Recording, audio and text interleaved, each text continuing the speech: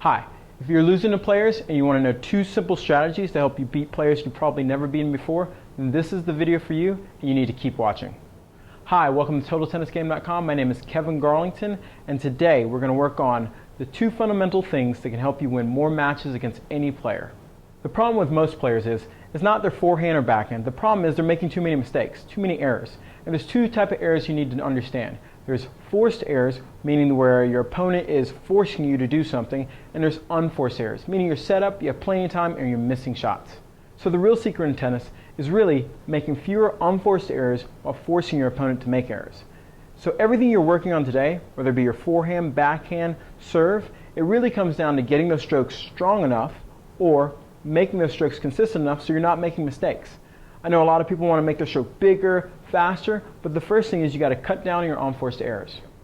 You should only want to make something bigger and more powerful after you've established a foundation of making it really consistent. For example, look at this stat for the last year's Australian Open. If you look at it and you look at the error count, you're going to notice that it always comes down to, or most of the time it comes down to, who makes the fewer mistakes. Yes, they both hit a ton of winners, but when you take the difference of those are the points that are going to really change a match. 85% of the time, most of your matches are going to come down to who's going to make more mistakes. Make sure that's not you. Now let's talk about why and how we can reduce our unforced errors. First of all, why do we make errors? Most unforced errors come down to 2 things. You're changing your mind at the last minute trying to hit a different shot, or you have a very poor game plan. If you can reduce your unforced errors and force your opponent to make more shots, you can put a lot more pressure on them. This is kind of like what a pusher does. They keep so many balls in play that you feel like you have to do more. You feel forced to do more to win points. The solution for the first one, which is changing your mind, is making up before you get on the court what shots you're going to hit for specific shots you're going to receive.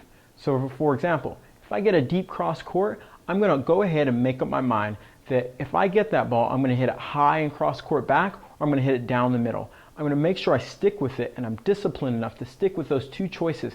Because if you have too many choices at the last second because of the speed of the point, you're going to make the wrong one. Second, always know what you like to do better. Know your strength. This way you can put together a great game plan.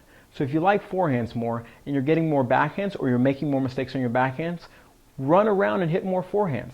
That way you feel more comfortable hitting a shot and you're using your strength to win more points.